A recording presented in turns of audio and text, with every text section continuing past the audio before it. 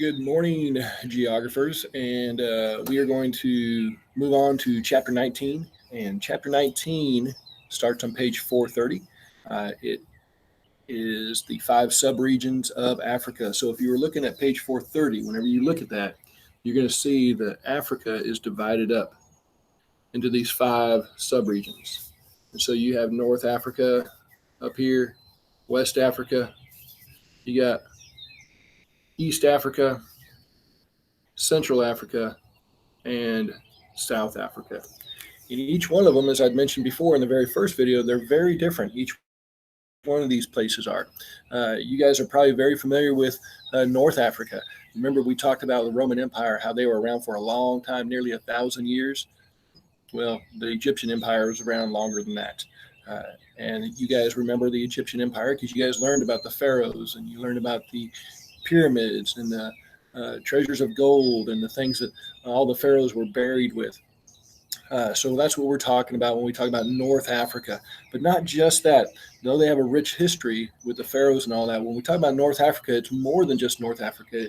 It goes all the way from over there in Egypt. It goes down to Sudan. It goes all the way across over to Morocco. But in 2011, there was what we call 2011. We call that the Arab Spring because there were a bunch of revolutions. And as I mentioned before, one successful revolution begets another successful revolution. And starting in Little Tunisia, they had a revolution there. And as they had a revolution there, it spread over to Algeria and it spread over to Libya and it spread over to Egypt. As a matter of fact, it spread not just from North Africa, it spread over into Southwest Asia and it spread over to Yemen, spread over to Syria. What happened? Well, there was lots of changes. The government had to step down. Some of the government officials were killed, dragged out in the streets. It was a crazy, crazy time. The government was fighting with the protesters. And matter of fact, even though in North Africa it's kind of calmed down for sure, it's definitely since then. In Syria, it's still going on. In Syria, they're still having a revolution. It has turned into a civil war, and it's a horrible, horrible thing going on over there. So it hasn't gotten better in Syria, but throughout the rest of North Africa, some good things happened. So there's a lot of history here when we talk about Africa. We talk about East Africa. Some scientists believe that this is where mankind began. Whenever you think of East Africa, also this is probably wherever you see wildlife videos or anything like that, where there is a wildlife park. Uganda, Tanzania, Kenya. This is where you're looking at. This is where the savannas are. This is where you're going to see the giraffe and the lion and all kinds of things over there. West Africa, as I'd mentioned before, that's where I spent a summer. Matter of fact, this quarantine that we're on right now, I know it stinks. I'm not a fan of it. I don't know anyone who is. But it's not my first one because after I spent a summer in West Africa, I ended up coming home and at some point, and I didn't know it at the time, but I had a virus in me called malaria, and not really a virus, I guess, but is a disease that you can get from mosquitoes. And I got it in West Africa. And for the next 2 months after I came down with malaria when I was back at home, I was quarantined for 2 months. And this quarantine isn't so bad right now compared to that one. Back then, I didn't have a gaming system. We didn't have no Netflix. We didn't have any on-demand TV. I didn't have anything to keep me busy except for just regular TV and reading some books. I had to stay at home for 2 months to be away from people so that my immune system could fight back. My white blood cells can come back, and I wouldn't die. And a lot of people, matter of fact, malaria is one of the leading causes of death throughout the entire world to this day. And I was very fortunate that I was able to survive that episode. With that in mind, we're all going to survive this as well. So it'll be a beautiful day today. As you can see, the sun is starting to come up. Get out there and play a little bit.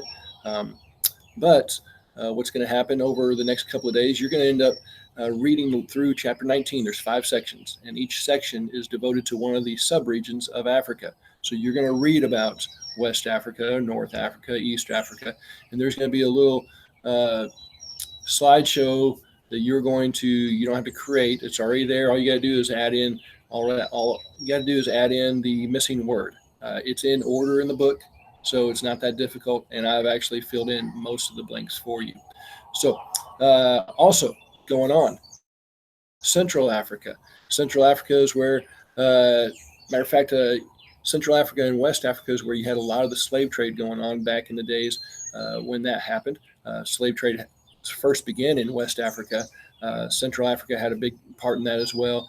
The Portuguese were the very first ones to recognize a demand for slaves, and so they came to Africa and they would trade guns for slaves, and they would take those slaves over to the Americas, whether it was in North America, South America, anywhere in Latin America, and they would begin the slave trade.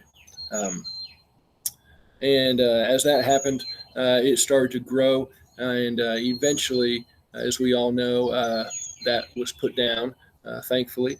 And but that was one tribe in Africa who would attack another tribe in Africa. They would take the males there, or males and females, and they would use them as not just prisoners, but slaves for themselves, or they would use them in the slave trade. And then you have South Africa, and South Africa has a rich history as well. Amazing stuff happened in South Africa. A great story of overcoming. When you look at what they had, it was apartheid, and apartheid is a separation of the races. But with that, you also had a guy named Nelson Mandela, and he was one of the leaders of the African National Congress. And though about 75% of the people in South Africa were African American, or Native, or were black, they were not the top of the food chain in South Africa. It was the white race, and even though they were so much fewer, they're the ones who got more property, got more pay, got better jobs, and the black race was kept down. So the African National Congress would protest against that, and Nelson Mandela would lead these protests, and he got so popular that they actually, the white race, the leaders in charge, they actually imprisoned him and threw him in jail so that he would not be able to speak out against apartheid. But the amazing thing is, it started a swell of support. And even though he was in jail for a long, long time, people continued to support him, speak out against apartheid. And eventually, he got out of jail. And then you know what happened? He became president. He went from being prisoner to becoming president of South Africa. And they got rid of apartheid and the separation of the races. Amazing, amazing stuff. Cool stuff happened there as well.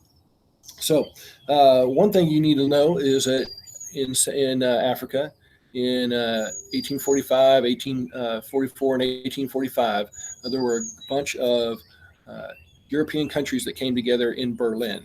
They called the Berlin Conference. And what they did is basically they put a map up against the wall, and they said, all right, let's everyone here divide up Africa. And they didn't invite any African leaders. They didn't tell the African people what they were doing, but they wanted to go in and colonize and take over Africa. So that's what they did. The Portuguese took over one part of Africa.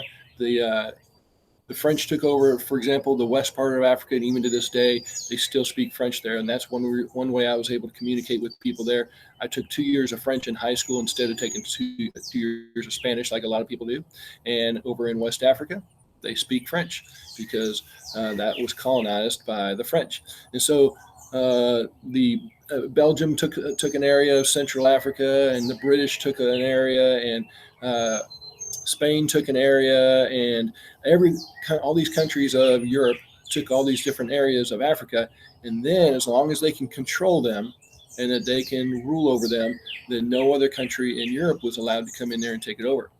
And the bad thing is, not only was that bad, but the other bad thing is that they divided the boundaries of Africa, and they split up groups, and sometimes they put groups in together that were warring against one another, that didn't have good histories with one another, and it caused all kinds of problems. And eventually, all these countries of Africa, they all gain their independence, but it's not until the whole another next century. And during that time, it caused all kinds of ethnic problems, tensions, political problems.